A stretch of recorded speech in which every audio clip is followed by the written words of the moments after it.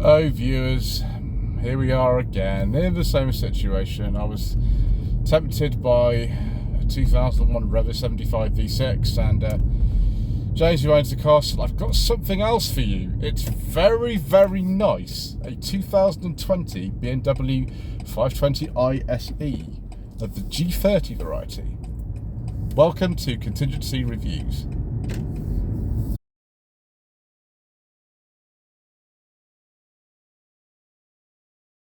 So the G30 BMW 5 Series was launched in 2017. In fact, this car replaced a 2017 G30 that James previously had. This is actually the base model. It's a 520 ISE with the 4-cylinder 181 horsepower engine and this 8-speed automatic gearbox. It does not feel at all like a base model. It doesn't feel like that at all. All the cars we can talk about in the range, there were some early ones we can't discuss with manual gearbox available, but all the ones we can talk about on this channel have this 8-speed automatic, and it's very smooth and very nice. I'm just driving it at the moment in comfort mode, and it feels perfectly fine. I mean, we can go into sport mode here if we really want to. The car is hunkered down a bit. We've got a standard individual and everything else. We can fiddle around if we want to, or we can just put it back into comfort and sort of calm right back down.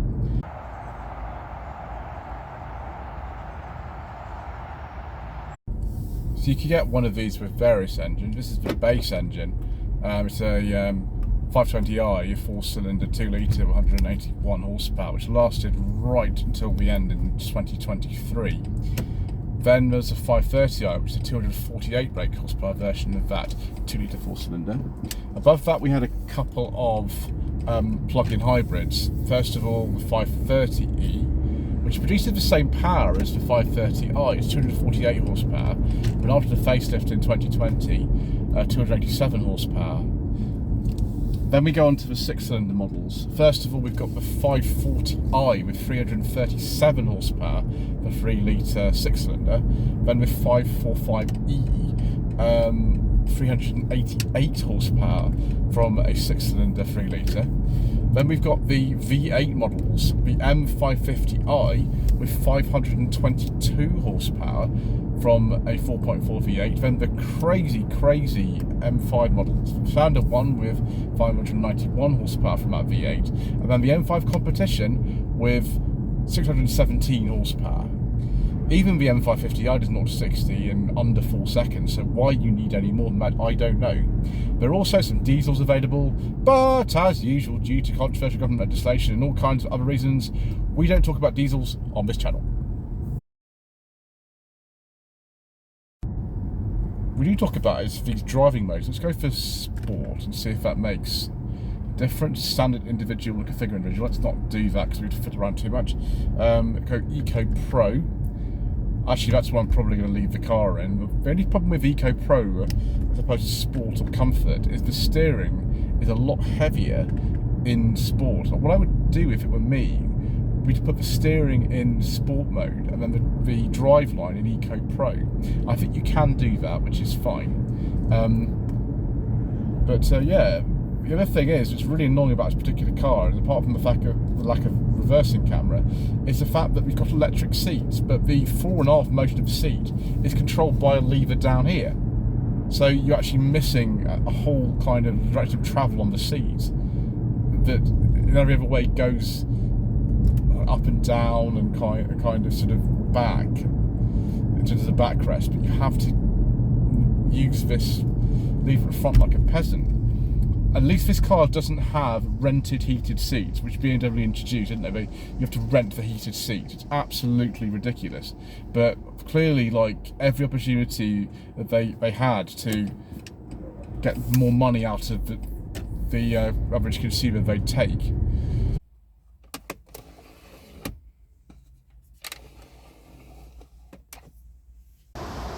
It just started raining, viewers, which is typical, isn't it? But yes, very handsome looking car.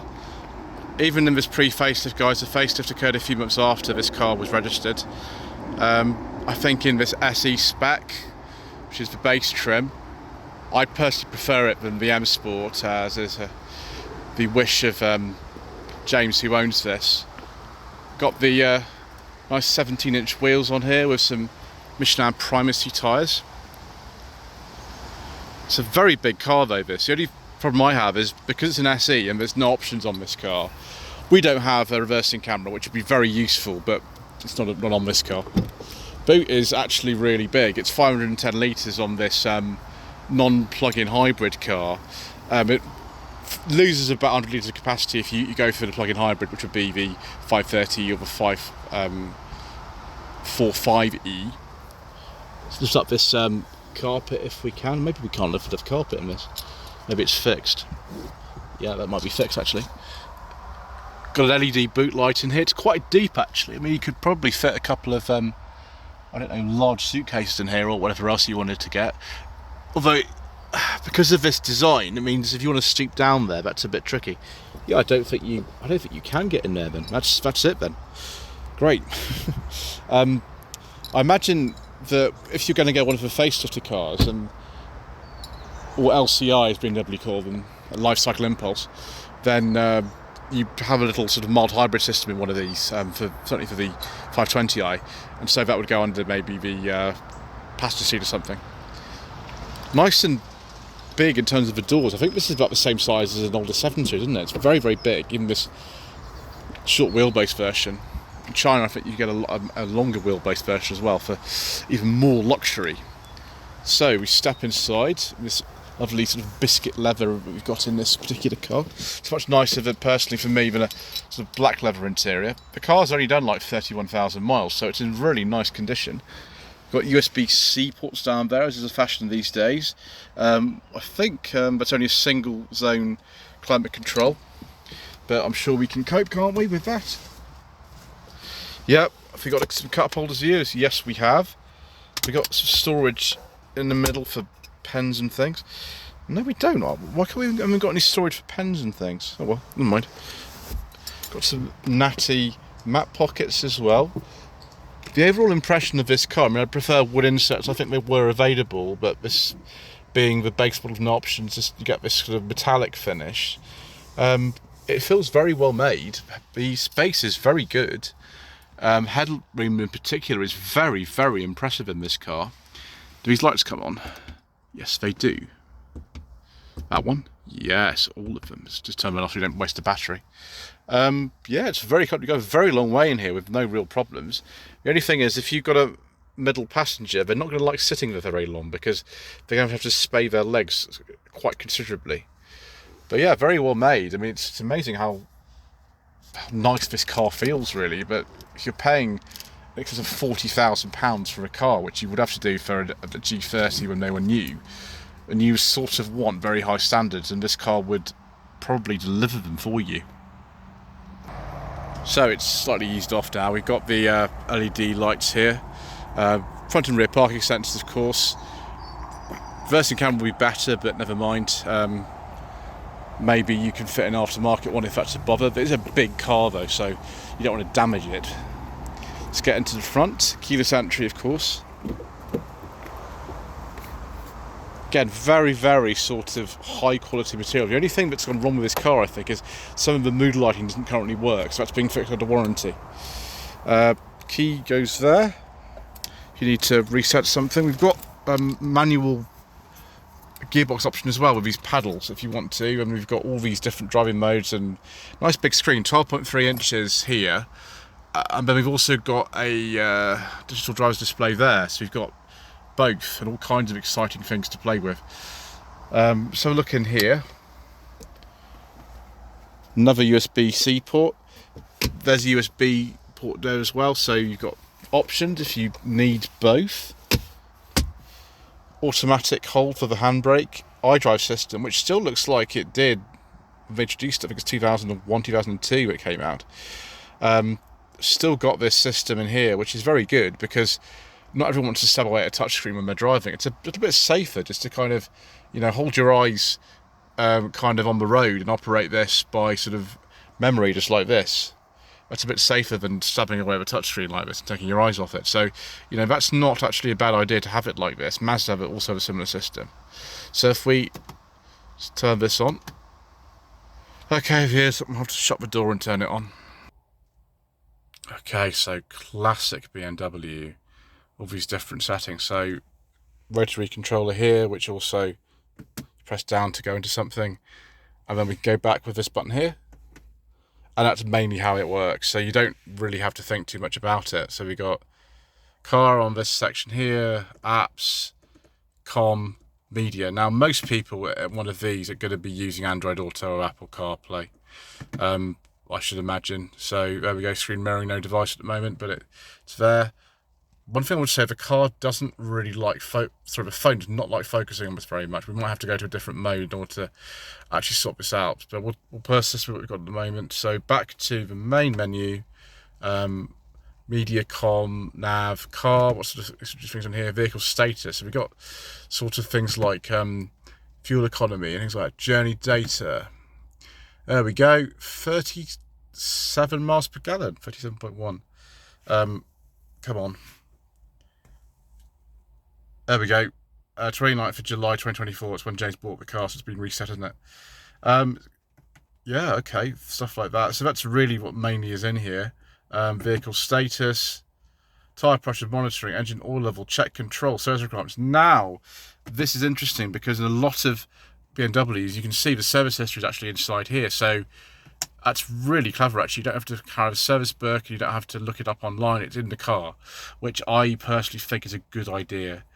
Settings, just, I don't know, driving modes and whatever, exterior lighting, driver assistance, all these sorts of things. The only thing I would say about this is that trying to fiddle around in here as opposed to just pressing some buttons on the center console is not ideal. There we go. Sound touchpad pop-ups getting started. My gosh, all this stuff. I don't really want to be playing around here too much, viewers, but you just get the idea of what you can do, how it works. So what we'll do is we'll now go to the other screen in front of the driver. Okay, so we can have a look at the radio if you want to. Way too many buttons, just so many. There's the cruise control here. And here are the buttons for the stereo and things like that. Paddle shifters. Might as well start the car up, actually. We've got the key in the right place so we can start her up. There we go.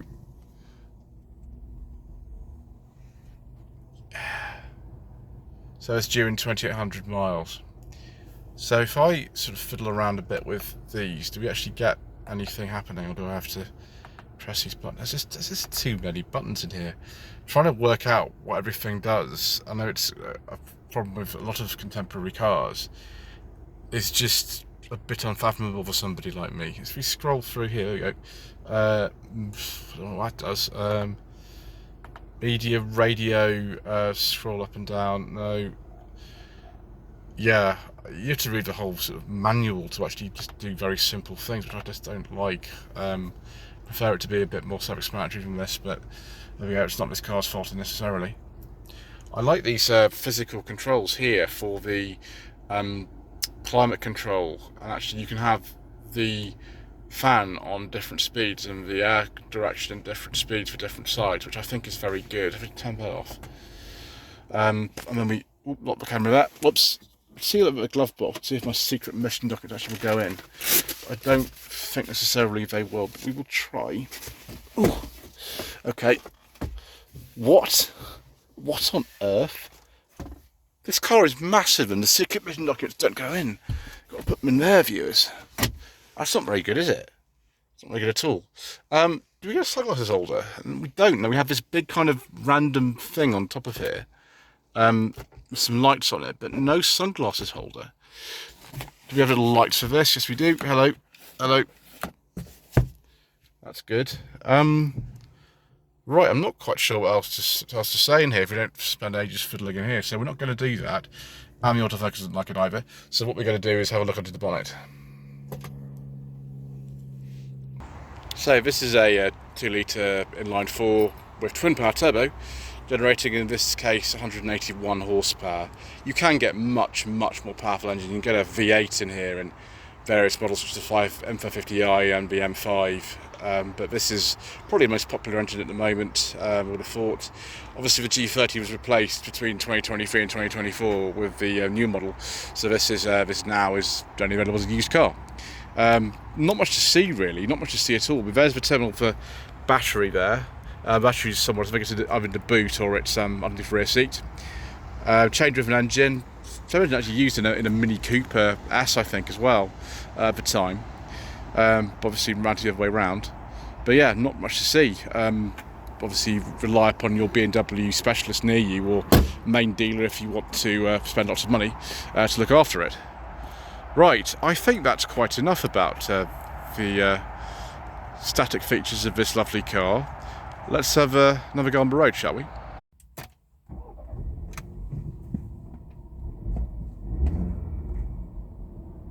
This car's still really well equipped. It drives really, really nicely. Even in this like Eco Pro mode with the light steering, it's really easy to drive. Obviously, the vast majority of these are automatic, so you don't really have to worry about too much. The only thing is when you're kind of driving around, the car feels absolutely enormous. It feels like unnecessarily so, but you won't think that after a 5-hour motorway journey, which is really what these cars are designed to do. And this would be fantastic. 0 to 60 is like 7.6 seconds in this, which is really, really good for a base model car. Suspension seems pretty good. Obviously, we've looked at the fuel economy figures, so this aren't too bad considering how big this is. Overall, it's a very nice car, but of course, you are paying a lot of money for a very nice car. That's the only thing. And I would personally want to compare this to something like a Genesis. I like the Genesis says better than I do these. I think just because they tend to have a better after sales package, and if anything goes wrong on this, you're just a little bit concerned it's going to cost an awful lot of money. Also, I don't like it. I do really like this car. It's in fabulous condition. It's got all these things I don't need and everything that I do. It's just that I personally would maybe want to go for something where I'd be a little bit more, I don't know, comforted that we've got a nice after sales package, and also something maybe a little bit smaller than this, because it just does feel a little bit large to drive.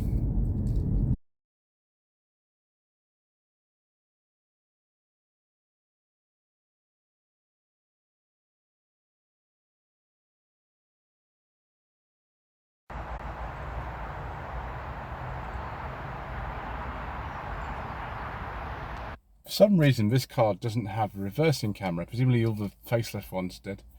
That's the information I have. You also get gesture control on this car, but that's like conducting an invisible orchestra, and I don't think we want to do that really.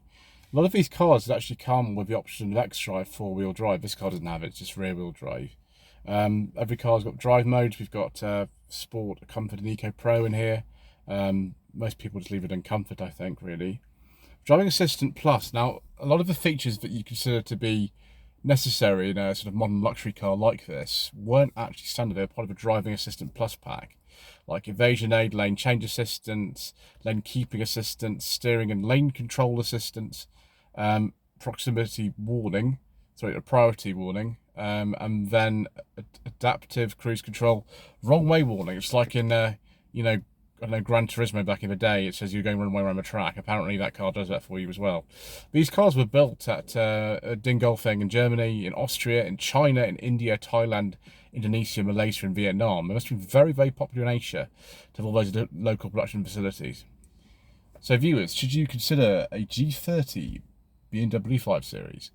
Well, I quite like this car. It feels really big to me, but then all the other rivals, such as the Audi A6 and the Mercedes E-Class, are also big. So that's just the way things are going these days. But I quite like it. It seems very comfortable. It's very well equipped. It's not too difficult to work out what's going on in here. And that's all you can ask for, isn't it, really? Anyway, thank you ever so much indeed once again for watching. Please don't forget to subscribe to the channel, like this video, leave a comment below. And we shall see you again soon for some more last-minute reviews.